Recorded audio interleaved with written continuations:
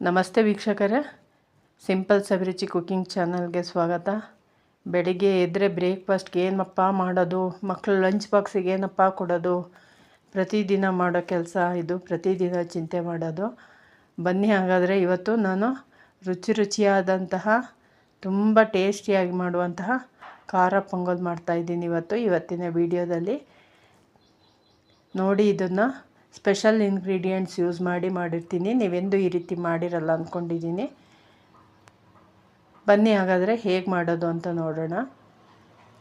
ನೋಡಿ, ಮೊದಲಿಗೆ ನಾನು 1 ಕಪ್ ಮುಕ್ಕಾಲು ಭಾಗ, ಒಂದು ಬೌಲಲ್ಲಿ ತೋರಿಸಿದ್ದೀನಲ್ಲ, ಆ ಬೌಲಲ್ಲಿ ಮುಕ್ಕಾಲು ಭಾಗ ಹೆಸರುಬೇಳೆ ತೊಗೊಂಡಿದ್ದೀನಿ. ಹೆಸರುಬೇಳೆ ಒಂದು ಸ್ವಲ್ಪ ಕಂಪರವರೆಗೂ ಹುರ್ಕೋಬೇಕು. ಹೆಸರುಬೇಳೆಗೆ ತುಪ್ಪ ಅಥವಾ ಬೆಣ್ಣೆ ಹಾಕಿ ಹುರ್ಕೊಂಡ್ರೆ ತುಂಬ ಟೇಸ್ಟಿಯಾಗಿರುತ್ತೆ ಪೊಂಗಲ್ಲು. ಬಟ್ ಅದು ತೊಳಿಯೋಕ್ಕೆ ಬರಲ್ಲ, ಹಂಗಾಗಿ ನಾನು ಡ್ರೈಯಾಗಿ ಹುರ್ಕೊಳ್ತಾ ಇದ್ದೀನಿ. ತುಂಬ ಗಲೀಜಿರುತ್ತೆ, ಪೌಡ್ರೆಲ್ಲ ಹಾಕಿರ್ತಾರಲ್ಲ, ಹಂಗಾಗಿ ತೊಳ್ಕೊಳ್ಲೇಬೇಕು. ಹಂಗಾಗಿ ಡ್ರೈಯಾಗಿ ಹುರ್ಕೊಳ್ತಾ ಇದ್ದೀನಿ. ಇಲ್ಲ ನಾವು ನಡೆಯುತ್ತೆ ಅನ್ನೋದಾದರೆ ನೀವು ತುಪ್ಪ ಅಥವಾ ಬೆಣ್ಣೆ ಹಾಕಿ ಹುರ್ಕೊಂಡ್ರೆ ತುಂಬ ಟೇಸ್ಟಿಯಾಗಿರುತ್ತೆ. ನೋಡಿ, ಈಗ ಒಂದು ಹದ ಆಗಿದೆ. ಇಷ್ಟು ಅದಕ್ಕೆ ಹುರ್ಕೋಬೇಕು ನಾವು. ಹುರ್ಕೊಂಡು ಅದನ್ನು ಒಂದು ಬೌಲ್ಗೆ ಹಾಕ್ಕೊಳ್ಳೋಣ.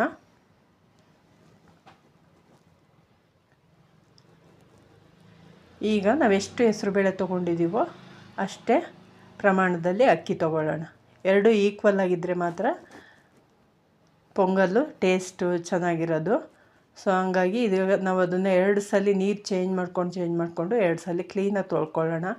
ತುಂಬ ಡಸ್ಟ್ ಗಲೀಜಿರುತ್ತೆ. ಅದು ಕಲರೆಲ್ಲ ಹಾಕಿರ್ತಾರೆ ಹೆಸರುಬೇಳೆಗೆ, ಅದೆಲ್ಲ ಬಿಟ್ಕೊಳ್ಳುತ್ತೆ.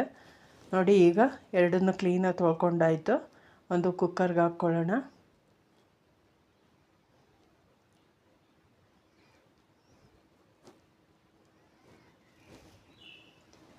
ಈಗ ನಾವು ಅದಕ್ಕೆ ಎಷ್ಟು ಒಂದು ಬೌಲ್ ಹೆಸರುಬೇಳೆ ತೊಗೊಂಡಿದ್ದೀವಲ್ಲ, ಅಷ್ಟು ಅದೇ ಬೌಲಲ್ಲಿ 6 ಕಪ್ ನೀರು ಹಾಕ್ಕೊಳ್ಳೋಣ. 3, 4, 5, 6 ಕಪ್ ಹಾಕ್ಕೊಳ್ಳೋಣ. ಕರೆಕ್ಟಾಗಿ ಬರುತ್ತೆ. ನೀವು ಮತ್ತೆ ಆಮೇಲೆ 1 ಕಪ್ಪಷ್ಟು ಸೇರಿಸ್ಕೋಬೇಕು. ಒಂದು ಅರ್ಧ ಸ್ಪೂನ್ ಅರಿಶಿನ, 1 ಚಮಚ ಎಣ್ಣೆ, ಒಂದು ಸ್ವಲ್ಪ ಉಪ್ಪು ಹಾಕ್ಕೊಳ್ಳೋಣ. ಆಮೇಲೆ ಮತ್ತೆ ಸೇರಿಸ್ಕೊಳ್ಳೋಣ. ಈಗ ಅದು ಬೇಳೆ ಅಕ್ಕಿ ಹಿಡೀಲಿಕ್ಕೋಸ್ಕರ, ಟೇಸ್ಟ್ ಬರಲಿಕ್ಕೋಸ್ಕರ ಒಂದು ಸ್ವಲ್ಪ ಹಾಕ್ಕೊಳ್ಳೋಣ ಉಪ್ಪು. ಈಗ ಕುಕ್ಕರ್ ಇಟ್ಟು ಬೇಯಿಸ್ಕೊಳ್ಳೋಣ. ಬೇಳೆ ಬೇಯಿಸ್ಕೊಳ್ಳೋಣ. ಈಗ ಬೇಳೆ ಬೆಂದಾಗಿದೆ ನೋಡಿ, ಎಷ್ಟು ಪರ್ಫೆಕ್ಟ್ ಹದವಾಗಿ ಬೆಂದಿದೆ ನೋಡಿ, ತೋರಿಸ್ತೀನಿ. ತುಂಬ ಚೆನ್ನಾಗಿ ಬೆಂದಿದೆ. ತುಂಬ ಸಾಫ್ಟ್ ಆಗಿಲ್ಲ, ತುಂಬ ಗಟ್ಟಿಯಾಗಿಲ್ಲ, ಅಷ್ಟು ಹದವಾಗಿ ಬೆಂದಿದೆ. ನಾನೇನೀಗ ಅಳತೆ ತೋರಿಸಿದ್ದೀನೋ ಸೇಮ್ ಅಳತೆಯಲ್ಲಿ ಮಾಡ್ಕೊಳ್ಳಿ, ತುಂಬ ಚೆನ್ನಾಗಿ ಬರುತ್ತೆ. ಈಗ ನಾವು ಒಗ್ಗರಣೆ ಮಾಡ್ಕೊಳ್ಳೋಣ. 1 ಸ್ಪೂನು ತುಪ್ಪ ಹಾಕಿದ್ದೀನಿ. ನೀವು ತುಪ್ಪ ಎಷ್ಟು ಸೇರಿಸಿದ್ರೂ ಚೆನ್ನಾಗಿರುತ್ತೆ. ಒಂದು 2-3 ಸ್ಪೂನು ಎಣ್ಣೆ ಹಾಕ್ಕೊಳ್ಳಿ. ಬರೀ ತುಪ್ಪದಲ್ಲಿ ಬೇಕಾದ್ರೂ ಮಾಡಿ ಚೆನ್ನಾಗಿರುತ್ತೆ. ಎಣ್ಣೆ ತುಪ್ಪ ಕಾದ ನಂತರ ಸ್ವಲ್ಪ ಸಾಸಿವೆ ಹಾಕ್ಕೊಳ್ಳೋಣ.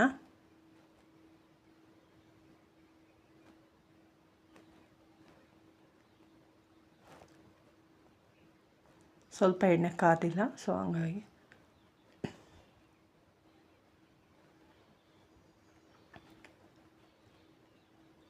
ಸಾಸಿವೆ ಸಿಡಿದ ನಂತರ ಒಂದು 3-4 ಹಸಿಮೆಣ್ಸಿಕಾಯಿನ ಹಾಗೆ 2 ಹೋಳು ಮಾಡಿರಬೇಕಷ್ಟೇ, ಜಸ್ಟ್ ಹಾಕ್ಕೊಳ್ಳೋಣ. ಹಾಗೆ ಇಡಿಯಾಗಿ ಹಾಕ್ಕೊಂಡ್ರೂ ಚೆನ್ನಾಗಿರುತ್ತೆ. ಹೋಳು ಮಾಡಿದರೆ ಒಂದು ಸ್ವಲ್ಪ ಖಾರ ಬಿಟ್ಕೊಳ್ಳುತ್ತೆ ಅನ್ನೋ ಪರ್ಪಸ್ಸಿಗೆ ಅಷ್ಟೇ. ಒಂದು ಸ್ವಲ್ಪ ಗೋಡಂಬಿ ಹಾಕ್ಕೊಳ್ಳೋಣ. ಸ್ವಲ್ಪ ಕಡಿಮೆ ಉರಿ ಮಾಡಿಕೊಂಡು ಫ್ರೈ ಮಾಡ್ಕೊಳ್ಳೋಣ.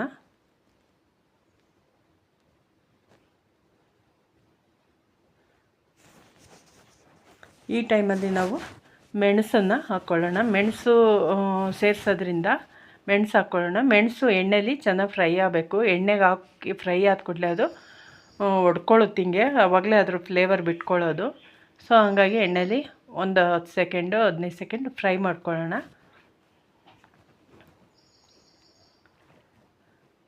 ಈಗ 1 ಸ್ಪೂನು, 1 ಟೀ ಸ್ಪೂನ್ನಷ್ಟು ಜೀರಿಗೆ,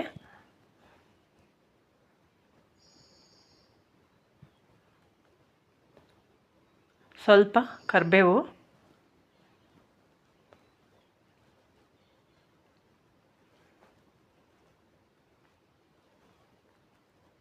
ಒಂದು 4ರಿಂದ 5 ಒಣಮೆಣ್ಸಿನ್ಕಾಯಿ.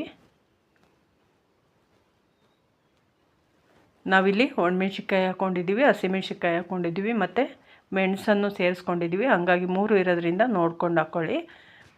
ಒಂದು ಸ್ಪೂನ್ನಷ್ಟು ನಾನು ತುರಿದು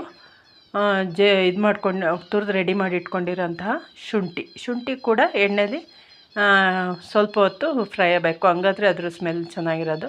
ಈಗ ನೋಡಿ, ಇಷ್ಟು ಕೊಬ್ಬರಿನ ನಾನು ತುರಿದಿಟ್ಕೊಂಡಿದ್ದೀನಿ. ಕೊಬ್ಬರಿನೂ ಸೇರಿಸ್ಕೊಳ್ಳೋಣ. ಎಲ್ಲದನ್ನು ಸೇರಿಸಿ ಒಂದು 10ರಿಂದ 15 ಸೆಕೆಂಡ್ ಚೆನ್ನಾಗಿ ಫ್ರೈ ಮಾಡ್ಕೊಳ್ಳೋಣ.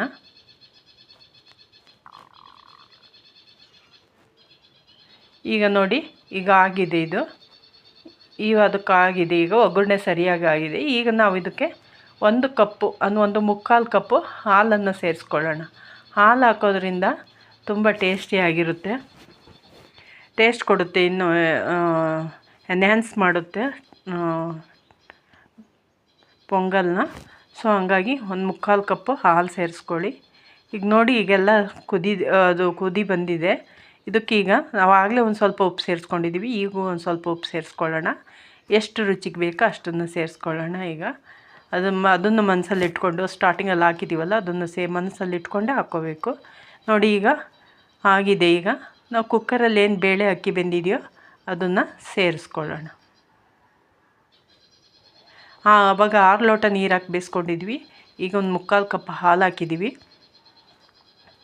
ಮತ್ತು ಈ ಕುಕ್ಕರಿಂದ ಬೇಳೆ ಅಕ್ಕಿ ಅಂಟ್ಕೊಂಡಿರುತ್ತಲ್ಲ, ಅದಕ್ಕೂ ಸೇರಿಸಿ ಒಂದು ಅರ್ಧ ಕಪ್ ನೀರು ಹಾಕಿ ಅದಕ್ಕೆ ಸೇರಿಸೋದ್ರಿಂದ ಕರೆಕ್ಟ್ ಮೆಜರ್ಮೆಂಟಲ್ಲಿರುತ್ತೆ ಅದು ಖಾರ ಪೊಂಗಲ್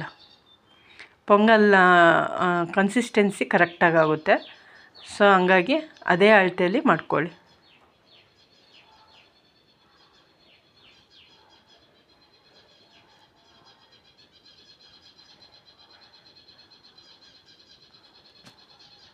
ತುಂಬ ಟೇಸ್ಟಿಯಾಗಿರುತ್ತೆ ವೀಕ್ಷಕರೇ. ಒಮ್ಮೆ ಟ್ರೈ ಮಾಡಿ ನೋಡಿ, ತುಂಬ ರುಚಿಯಾಗಿ ಬೇಗನೂ ಆಗುತ್ತೆ.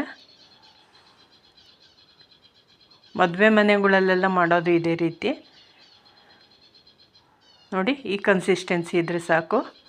ನೋಡಿ, ರೆಡಿಯಾಗಿದೆ ರುಚಿಯಾದ ಖಾರ ಪೊಂಗಲ್. ಇಷ್ಟ ಆದರೆ ಒಂದು ಲೈಕ್ ಕೊಡಿ ವೀಕ್ಷಕರೇ. Thank you for watching.